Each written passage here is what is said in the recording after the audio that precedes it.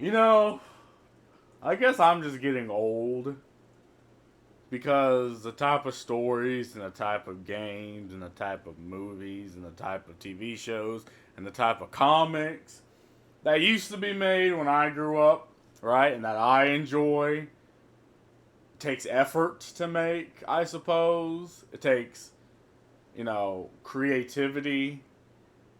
It takes a creative vision, creative understanding that, and I guess I'm just pretentious in this situation, but it's something that used to be done when games cost more to make, took more effort to make, when movies, again, cost more, took more effort to make. Like, entertainment as a whole was like in the Stone Ages, like Star Trek, you know, things that, again, were like anything made by Gene Rodney.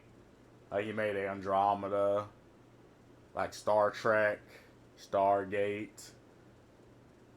And again, it takes effort to make these IPs.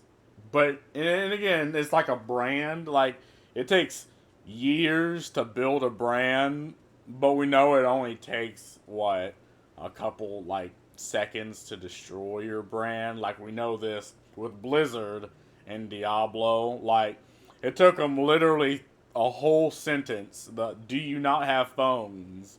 to destroy an entire brand, a well renowned brand that is known across the world.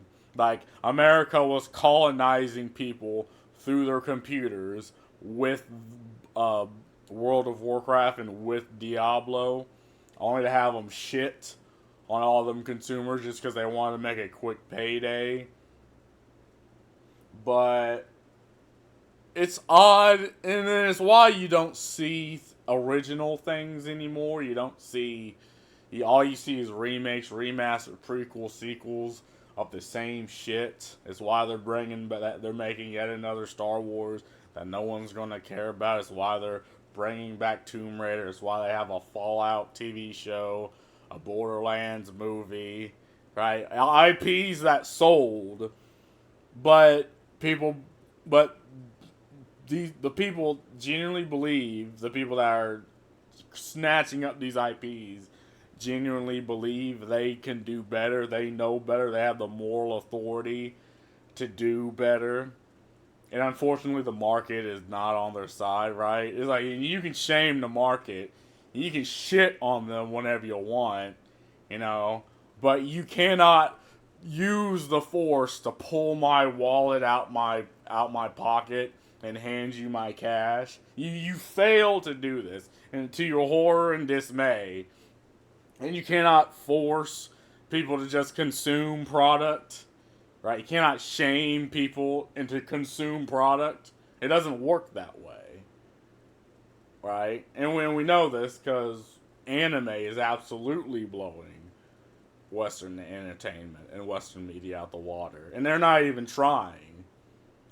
But here's a game that I came across in my my Tomb Raider video. Thirsty Sword Lesbians take home Game of the Year, while Wander Home wins multiple gold. What do you mean takes home Game of the Year by who? Oh, this is at Gen Cons. Any, I don't know what the fuck that is. So I'm assuming this is an original product, which is fine. It's original. It's just whatever, an indie game. Thirsty Sword Lesbians won gold twice this year. Gen Con in Indianapolis, Indiana. The NE, my state. The NE Award, the marquee prize given out each year at one of the nation's largest tabletop gaming conventions, awarded April Kit Walsh's role playing game its 2022 Best Game and Product of the Year medals. According to who? Is it on Steam? Hold on. Let's do. I don't want to. I don't want to dox show anything. Is this a Steam game? Hold on, we're looking up thirsty sword lesbians. We're looking up thirsty sword lesbians right now. Thirsty sword lesbians. And my Steam is white screening. Yep, this is it's happening. This is happening. You know, when I try making a point, all right, and my computer just does not agree with me. Thirsty sword lesbians. All right, fine. Keep your secrets, Steam. Fucking idiots. Can I look it up? Hold the fucking phone. All right, let's put this down. I ain't streaming.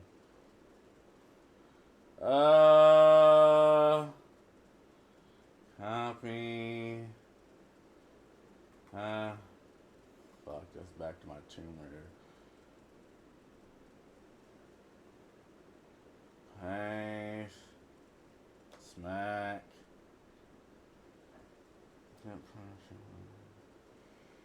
Powered by Apocalypse.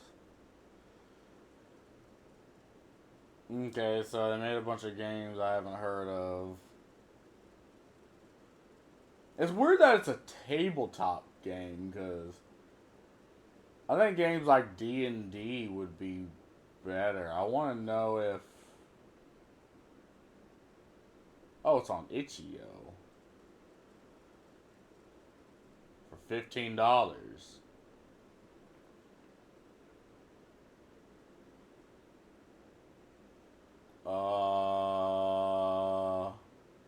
Tools to create your own settings and stories along a dozen pre-written options include the Cyberpunk Neon City 2099, Steampunk Poets Battling Oppression, as Los Violate, Dangerous, Laser Sword, and Intriguing in the Star-Crossed Galaxy. What the fuck is that supposed to mean? What the hell? What do the comments say? TLDR just get Monster Heart.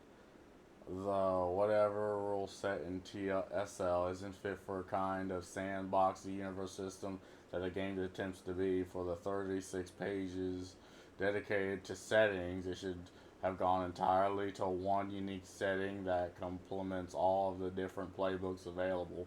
But instead goes on a whistle stop tour of 6 different settings, so each setting guide tends to be no longer than 8 pages. And even the adventure given for each one is barely 3 additional pages, so I'm assuming that's like what? Maybe a couple hours, an hour per page. Usually forcing each setting to boil down to insert pop culture things but gay in a way that feels less like a handcrafted experience meant to play out one's LGBTQIA plus fantasies and more like someone filled in a page of Mad Libs and said, there, here's your TSL setting. Huh, my man wrote a whole novel. I ain't reading all this. I saw the physical edition of this in my local game store. This weekend. It made me so happy to see how far it come. Huh. Gay and sweet style. Best game ever. I don't even know what to add to these comics. TLS has already proven its quality as a big name of the powered by the apocalypse scene TTRPG. I can only wish Evil Hat Studios, a great future earned by the utmost quality of their work. I feel like these are shills. Like, I've never heard of this game in my life.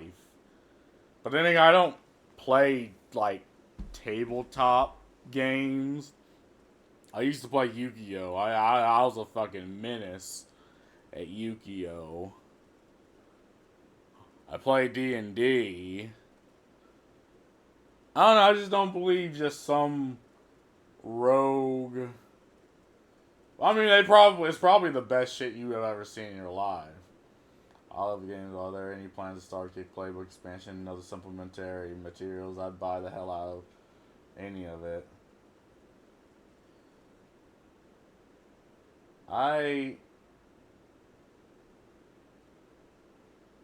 No fascists or bigots. Damn it, how do I play now?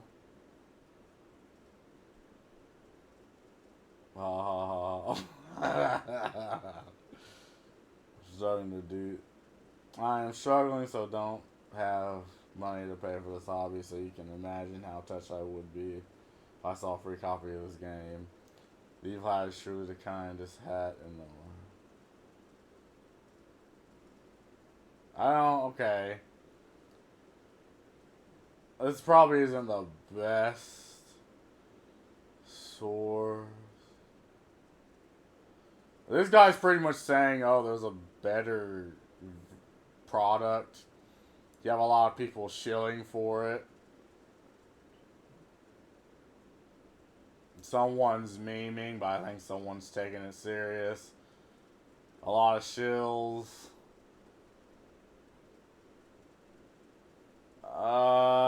Well, I don't fucking have never heard of this shit in my life. And I don't much care. Washington Game 2022 Game Product Medal announcement made Friday was accompanied by several other awards given to high-profile independent BIPOC. What the fuck does that mean? But what the fuck does this mean? And queer creators in the tabletop role-playing game community? What the fuck does BIPOC mean?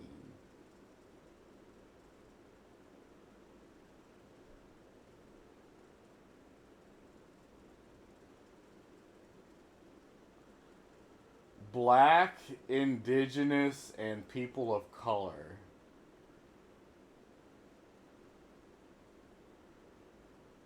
Pronouns BIPOC? This sounds like a slur. This sounds like a fucking modern day slur to me. Terms specific to the United States, yeah, no shit, intended to center and the experience of black and indigenous groups and demonstrate solidarity between communities of color. Ah, yes. Now I see what all this is.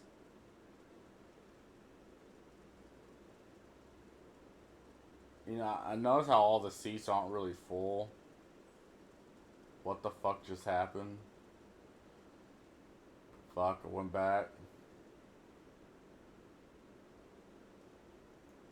Okay, so I see what this the Ennies are unique amongst gaming awards as judges are volunteers who follow a strict set of ethical guidelines. What? Why ethical guide? Why not just have a fucking opinion? It's like, oh, you're a judge that volunteers, but you have to stick to the like who judges these things? Like you would think the market would judge, but no, they literally have people who are I'm pretty sure they're catered into saying what the fuck they're supposed to. Chief among them is the vow not to have a professional relationship with an RPG publisher in the lead up to the awards. Yeah, I mean, yeah, no shit. That's just, yeah, that's that. These guidelines help ensure that the Ennies aren't just a popularity contest, but, but, hold on, shut the fuck up. If the game is popular amongst the market, do you not think it deserves? Because that's literally that's what these are, right? At the end of the day, most things are a popularity contest. Now, I mean, you can have, the Last of Us situation where it was popular because of the controversies but the market unilaterally liked God of War and unilaterally liked what's another game? God of War and was it Ghost of Tsushima? That was also up there, or Sekiro. It was one of those. But again, you had these catered judges that were supposed to say one thing. These guidelines open in once a short list has been created. Voting on the final winner is open to all. You can find a complete list of nominees for every category at the Ennies Award website. Now I'm going deep into this shit. These are all games I have not seen in my whole life. What the fuck is all this? Oh.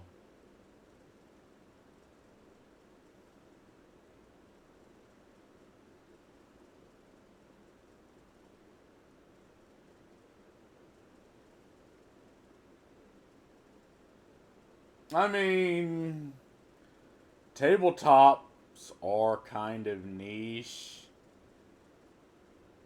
But you have the Warhammer 40k and fantasy.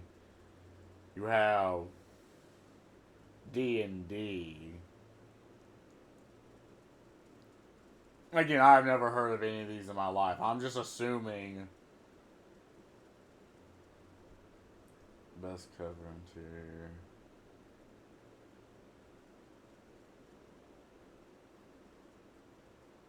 This page isn't that big. I was like this thrown up within like a day.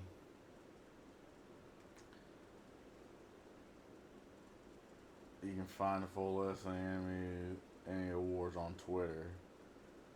I'm taking a fucking risk here.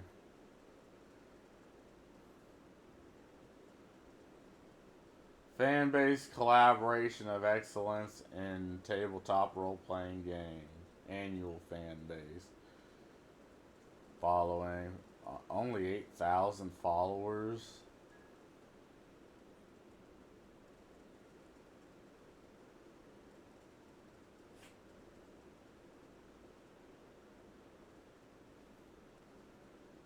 Okay.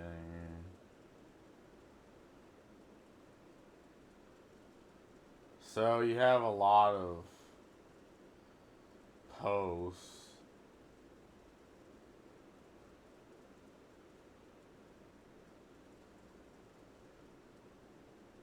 But you don't really have much like comments.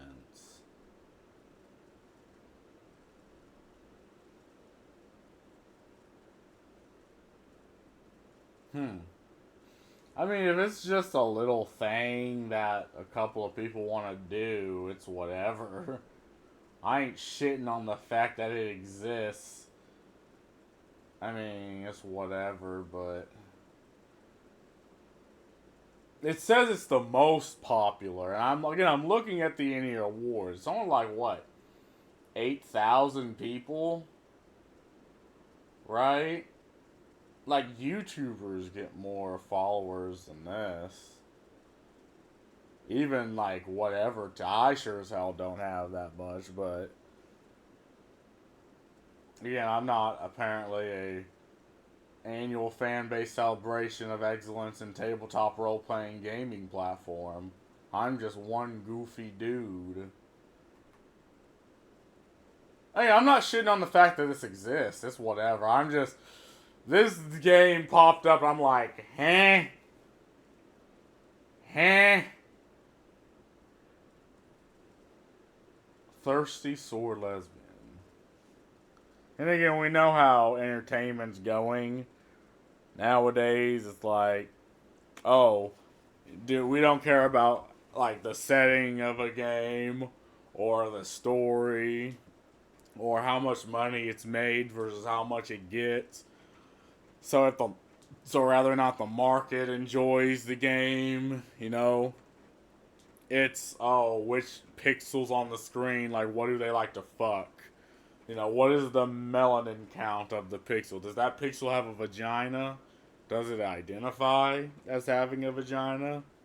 Like, and then that's honestly the way most Western entertainment's going. And again, in that, and again, the problem with that is they change existing characters. Like, apparently, they change Joker to being bisexual, and it's like, why? What the fuck does that have to say about anything? They're like, oh, whoa, whoa. It means he likes sucking dick and eating pussy. It's like, that's fascinating, right? You know, Joker rapes a woman in a cartoon, or not cartoon, a comic book, right? And sends the photos of it. It's not really shown in the comic books, but it's implied. Like, he cripples a woman, rapes her, and sends the fucking pictures to her dad. Like, we're talking about someone who's a shitty, fucked up person. Oh, but he likes to suck cock. He's a genuine sucker of cock, but whatever. That's a video of its own. But what I'm saying is, I guess if this is just original, whatever. I was just fucking flabbergasted. Not in a bad or a good way, just like, oh, thirsty sword lesbians, hell yeah. But anyway, that's all I gotta say about this. Peace.